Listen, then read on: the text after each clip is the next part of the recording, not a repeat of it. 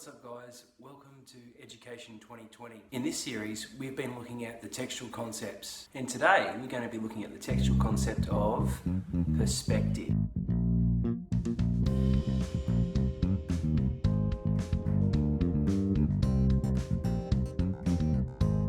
Perspective can easily be mistaken for point of view, and I'm going to explain the difference between the two in just a moment. Do you have a friend that's come from a different country?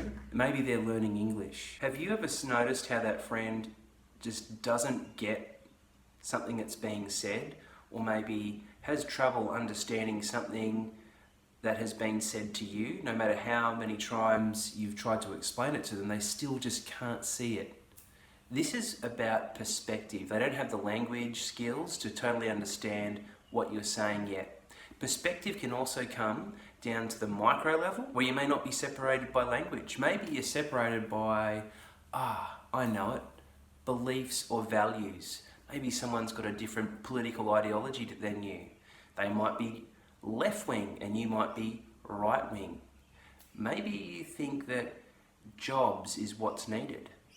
Maybe you're a business owner and you think, well, we want jobs, but I don't want to pay my employees as much because I can't put as many people on. Arguments like this, you'll have different perspectives, and the same is with text.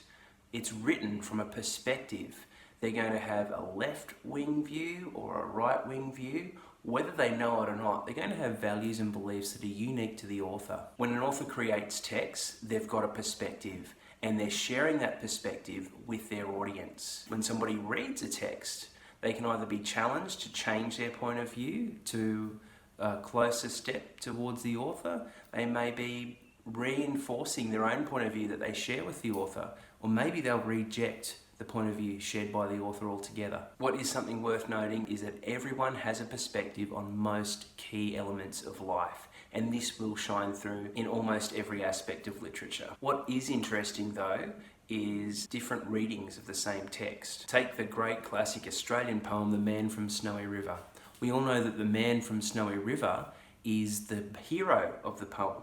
But if somebody from an Asian country that really values luck, well, they may not see the man from Snowy River as the hero, but they may see Harrison, the owner of the horse that got away, as the hero, because it was through his luck that the man from Snowy River came and rode for him and captured the horse and brought it back. We value heroics, other cultures value luck, and each perspective is going to read something different into that text. Okay, so perspective is different to point of view. Perspective is about the opinions of the author and opinions of the reader or viewer. Point of view is more about what's being revealed to the reader or viewer. It's got nothing to do with political beliefs, values, or religious beliefs. It's totally about what's being revealed to the viewer. For more information on point of view, please follow this link right here.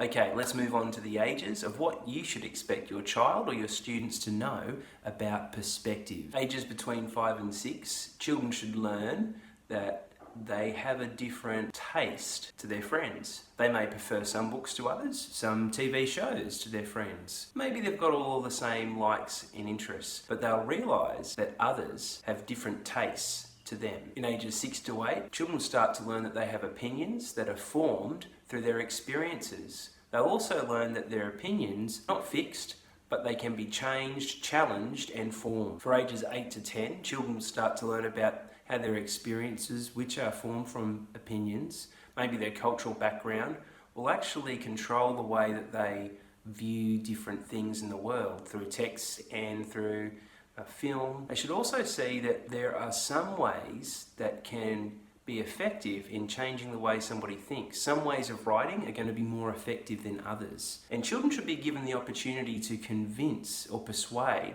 another person through writing. In ages 10 to 12, students obviously know now that different people in their community hold different opinions to them.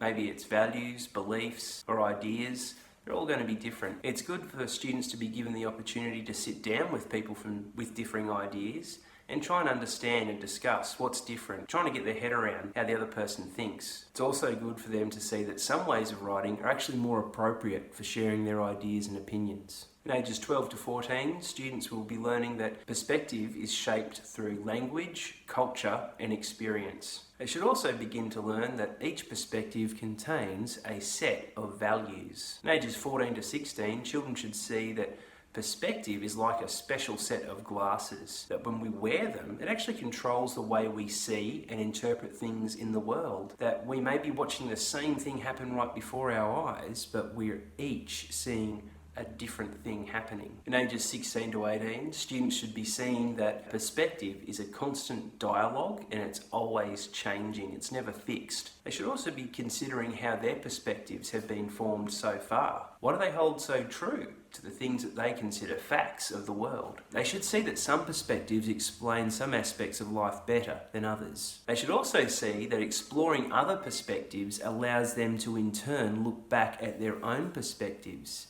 and figure out what it is that they actually hold true to and better understand their own beliefs for themselves. And finally, they should also see that every perspective is open for debate, no matter how well informed it may seem. Thanks so much for tuning in to Education 2020. I hope you've benefited from watching today's program on perspective. Maybe you will be more open to having a conversation with somebody else about their perspective on life. Maybe in the comments below, you might want to leave, have you ever had your perspective changed through life? At what age did you think it was the most impactful for you forming your perspective, or maybe changing your perspective? Don't forget to subscribe. Thanks for tuning in. We'll catch you next time on Education 2020.